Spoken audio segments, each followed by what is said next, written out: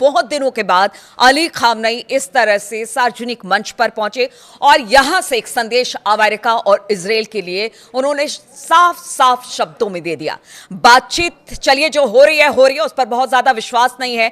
वो बातचीत क्या है, खासतौर पर 3 पॉइंट जो कि अली खामनेई साहब ने अपनी बातों में रखा है और उससे ये एक संकेत दे दिए हैं कि देखिए अब हम युद्ध के लिए तैयार हैं, युद्ध के लिए तैयार हैं। आप डराने की कोशिश हमें ना करें तो ज्यादा बेहतर होगा, क्योंकि हमारे पास ऐसी ऐसी मिसाइलें हैं और ऐसे ऐसे हथियार हैं जो कि आपको निस्ते नाबूद कर सकते हैं। अब वो 3 बातें अली खामनेई की प्रमुखता के साथ हम आपको बताते हैं, उसके बाद बताएंगे कि आखिर अली खामनेई ने इतनी मजबूती के साथ अमेरिका और इजराइल को अब चैलेंज कैसे किया है, आखिर इसके पीछे की वजह क्या है। अमेरिका की तैयारी जो ईरान के तट पर दिखाई दे रही है, उसका जवाब देने के लिए ईरान किस तरह से तैयार है और ये जो मजबूती ईरान की तरफ से दिखाई गई है अमेरिका और इजराइल को, उसके पीछे की क्या वजह है वो भी हम आपको बताएंगे। पहले जल्दी से आपको अली खामनेई साहब की वो 3 प्रमुख बातें जिसका जिक्र उन्होंने किया और अब अमेरिका और इजराइल की तरफ से क्या रिएक्शन इसको लेकर आता है वो भी हम आपको बताएंगे, क्योंकि बातचीत का तो बहुत अच्छा नतीजा तो निकलता दिखाई नहीं दे रहा है।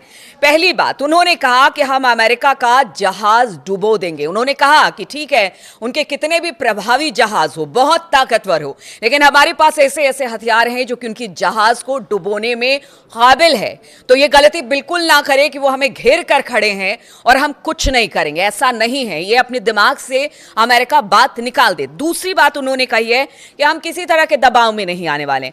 अभी हमने देखा था 2-3 दिन पहले ही अमेरिका ने कहा था अली खामनेई से मैं मुलाकात करना चाहता हूं, अगर हम दोनों बैठकर 1 to 1 बातचीत करते हैं तो शायद कोई समस्या का समाधान निकल जाएगा।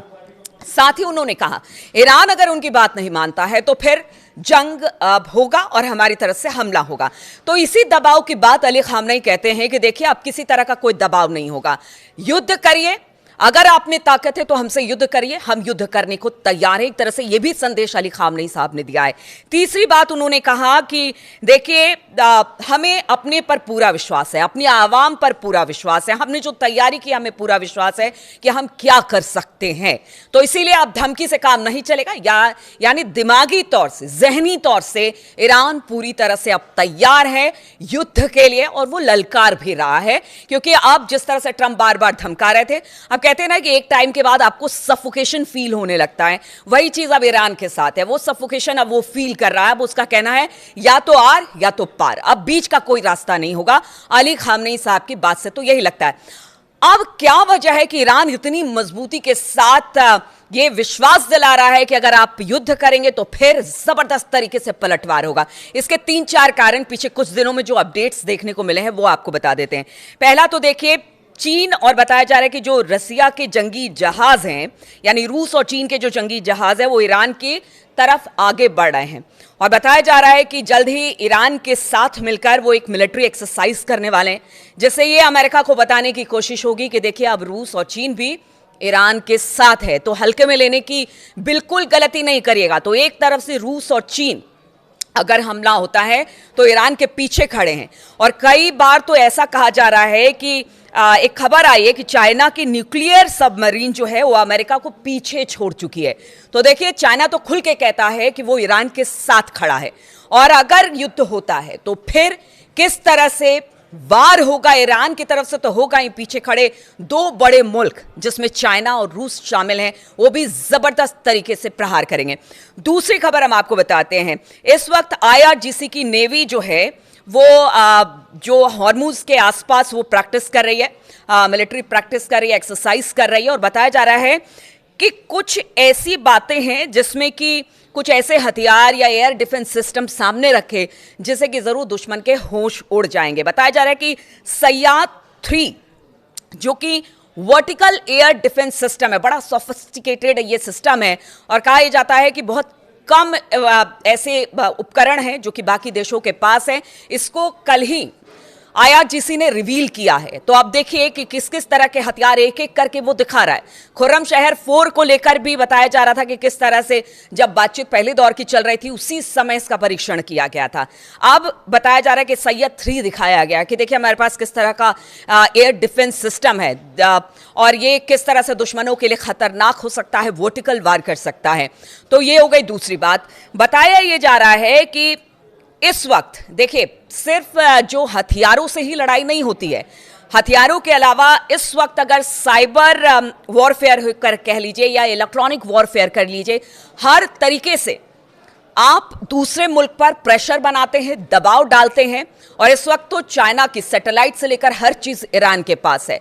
और इस वक्त IRGC की जो कि सेना है और उनकी तरफ से एक वीडियो जारी किया गया है जिसमें दिखाया जा रहा है कि खुर्रम शहर बड़ी तेजी के साथ उड़ा और उसने हाहाकार मचा दिया दुश्मनों के ऊपर।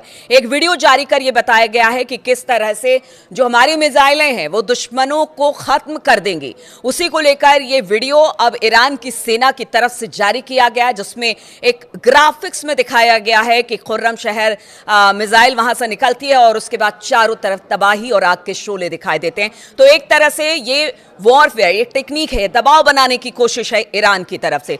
दूसरी तरफ IRGC की बात की जाए, उन्होंने भी एक वीडियो जारी किया है जिसमें वो नेवल शिप को डिस्ट्रॉय करते हुए दिखाई दे रहे हैं, उसको भी लेकर एक वीडियो जारी किया गया है। तो देखिए, इस तरह से ईरान पूरी तरह से तैयारी है। स्ट्रेट ऑफ हॉर्मूज में भी पूरी तैयारी इस वक्त की जा रही है। एक तरफ से लगातार रूस और चीन के जंगी बेड़े धीरे धीरे ईरान की तरफ आगे बढ़ रहे हैं। दूसरी तरफ से ड्रोन से हमले की तैयारी हो रही है, मिसाइल तैनात कर दिए गए हैं। यही वजह है कि खामनाई साहब कह रहे हैं कि देखिए, अब हम बिल्कुल लड़ाई के लिए तैयार हैं, अब धमकी और बर्दाश्त नहीं की जाएगी। और यही वजह है कि अब ईरान कह रहा है कि अब दो दो हाथ हो जाना चाहिए। बातचीत पर अमेरिका को लेकर बहुत ज्यादा विश्वास नहीं है। इधर अमेरिका को समझ में नहीं आ रहा कि आखिर वो क्या करे। अपने आप को महाशक्ति कहता है, लेकिन जिस तरह से उसके जंगी जहाज हैं या फिर जो उसके फाइटर प्लेन्स है वो जगह जगह पर इस वक्त डिप्लॉय किए गए हैं, लेकिन फिर भी वो बातचीत का रास्ता अख्तियार करने की बात करें, क्योंकि उनको पता है कि इस बार अगर युद्ध हुआ तो फिर बड़ा विनाशकारी युद्ध होगा। इसीलिए पहल किसकी तरफ से हो, इस बात का इंतजार किया जा रहा है। लेकिन अब ईरान की तरफ से तो चैलेंज कर दिया गया है। खामनेई साहब ने चैलेंज किया है, सुप्रीम लीडर हैं वो ईरान के, और जो वो बात कहते हैं उसको सिर्फ ईरान ही नहीं बल्कि उनके फॉलोअर्स तो पूरी दुनिया में हैं, उस बात को हमेशा से सर माथों पर लेते हैं। अब देखना होगा कि आगे किस तरह के सिचुएशन बनते हैं, किस तरह के बयान इजराइल अमेरिका की तरफ से आते हैं। क्या बातचीत के अगले दौर में किसी तरह से कोई बातचीत होती है?